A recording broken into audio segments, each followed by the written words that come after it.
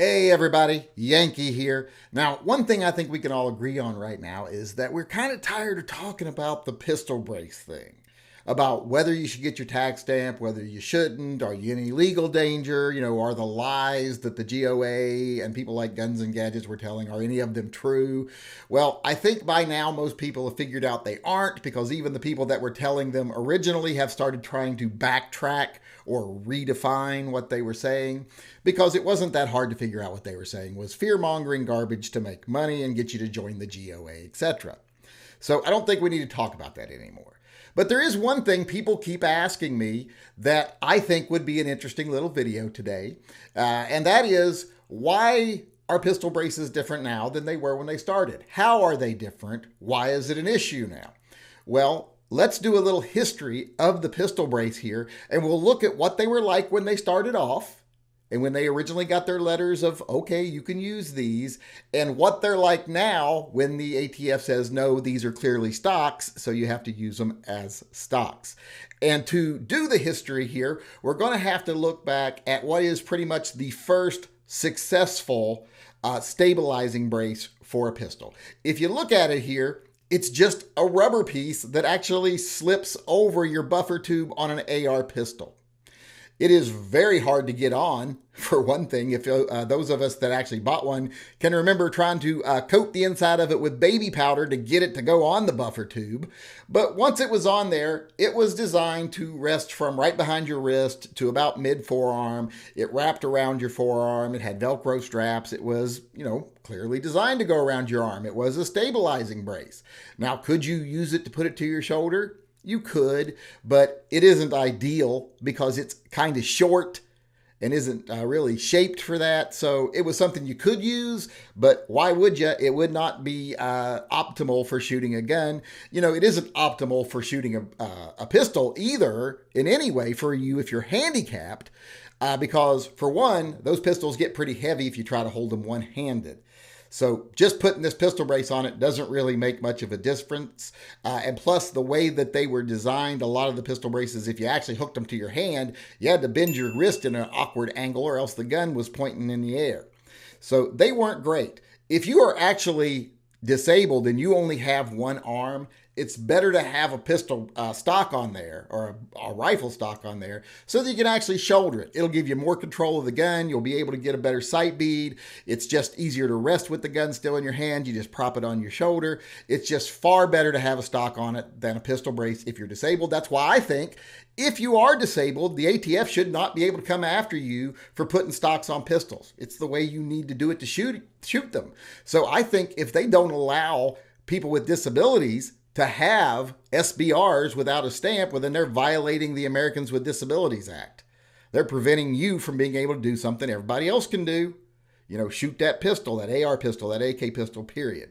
So that's a different argument, though. So I just wanted to, like I said, deal with the history. As you can see, the original ones were quite different than the ones you see today. First off, a change that was made is because, those were only made to go on buffer tubes. A lot of guns don't have a buffer tube. So they started making them saying, well, we need to put them on AKs and stuff too, because people with disabilities don't just shoot, AR pistols. There's other pistols. So they started making them that could be attached to other guns. They also made ones that could go to ARs and take the place of the buffer tube built in. But if you notice one difference between these ones and the original ones, these ones actually collapse and extend. The original ones did not collapse and extend. So now they've made some changes here. They made them to where, like I said, you can attach them to guns. They're a little bit longer because they have that attachment on there so they can build them a little bit longer, and they did. And same thing with the ones that go on the ARs. Now they're collapsible so they can go a little longer. And these kept evolving to where they were basically just a plastic stock with a piece of Velcro on it that actually could attach to the gun, was collapsible, etc. The originals were not collapsible in any way. This started making length of pull an issue when using a pistol brace. And it wasn't just the AR style ones that became collapsible. They made them for other guns that are collapsible. Once again, pistol braces that look like stocks, function like stocks, and now you're even starting to see the back end be made like a stock. It's made of rubber and it's kind of made to hit your shoulder. And with the collapsible features here, now it's the right length to put it to your shoulder. That's why I said length of pull is becoming an issue now. And they just didn't make collapsible ones. They started making foldable ones. They all had some sort of clamp or Velcro at the end to attach it to your arm. And then eventually it just started looking like a stock, even had a curvature in the back of it for your shoulder, and just had a little strap of Velcro there to make it to where it wasn't a stock. But it still has kind of a hole there that you could put it around your arm. It wouldn't be easy and it wouldn't sit well. But then eventually even that just kind of went away. That wasn't a thing anymore. You just had basically stocks. This here's clearly a stock. That little piece of Velcro doesn't really change the fact that it is designed to hit your shoulder and still allow you to have that optimal length between your shoulder and your hand and your finger pulling that trigger. It's a stock. Because if you look right here at the original one, like I said, the one that just slid over the buffer tube, it's much shorter. It isn't adjustable. It isn't designed to be put to your shoulder. It's more designed to be put around your arm, as you can clearly see. And then what it became, clearly not designed to be put around your arm, not supposed to be the right length to actually attach it to your arm. These actually would hit most people at the back of the elbow if they held their gun properly because of how long they are now. And like I said, clearly meant to go to your shoulder, not around your arm. And if you need illustration of what I'm talking about here, length of pull, that's from the back of the stock to the front of the trigger, basically.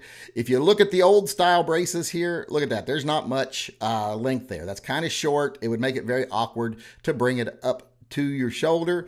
But if you look at what it becomes, wow, that's totally different now. That's expandable to much longer than the original pistol braces. It gives you a much longer length of pull here. That distance between the back of the stock that would be touching your shoulder and then where your finger would be hitting the trigger is much longer now. This is the same as in a rifle. The previous one is not the same as a rifle. It's different. If you need to see them again, here's the old ones, here's the new ones, here's the old ones, here's the new ones. You can see quite a bit of difference there in how the gun is set up. In fact, if you look at two of them here side by side with the pistol faces lined up, the back of the grip lined up, you'll see there's a massive difference here in how long that overall length is between the back of the stock and the front of the trigger, or the back of the pistol brace and the front of the trigger. That's one of the things the ATF tried to clear up in their original ruling, where they said, hey, as long as your length of pull isn't over this and the overall length of the gun isn't over that, you're fine. That wasn't good enough for a lot of the pistol brace manufacturers, so they raised a stink about that. They started designing different things and making it say like, oh, well, the ATF's trying to make us all criminals because they're being really confusing in their ruling. There was nothing confusing about it. You couldn't have a length from the back of your stock to the front of your trigger that was greater than a certain number, and you couldn't have an overall length that was less than a certain number. That was pretty easy to figure out. But like I said, they kept evolving, and made a point out of it. They kept pestering the ATF. People kept shooting them online with the guns put to their shoulder. And this just wasn't with the new ones that are clearly stocks, but also with the old ones too. So we were working against our own best interests there, especially people who wanted to get views by sticking pistol braces to their shoulders. They did start off as something that you could make the argument for, that they were for disabled people. I would make the argument that disabled people should just be able to put a stock on it, would make it easier for them. I made that argument earlier in the video, and I still make that now, but they did kind of have a legitimate excuse. Other than skirting the law, which that's also a legitimate excuse in my opinion, but it's a different type of legitimate excuse. And when you look at, like I said, the new ones here, they're clearly just stocks. That little piece of Velcro does not make that not a stock. By legal definition, when you look at length of pull, all the things, that is a stock. So as you can see, wasn't arbitrary. There was a reason for this. The pistol braces evolved, so the ruling from the ATF and the ATF's opinion on them also had to evolve. It was kind of forced by the industry and people, like I said, putting them to their shoulders in their videos and showing this is clearly a stock. That kind of forced the ATF's hands. So even though I don't agree with the ATF at all, and I don't agree with the NFA, and I think they should both go away, in this circumstances, it isn't really the ATF we have to blame. We have to blame ourselves and the manufacturers that make the braces.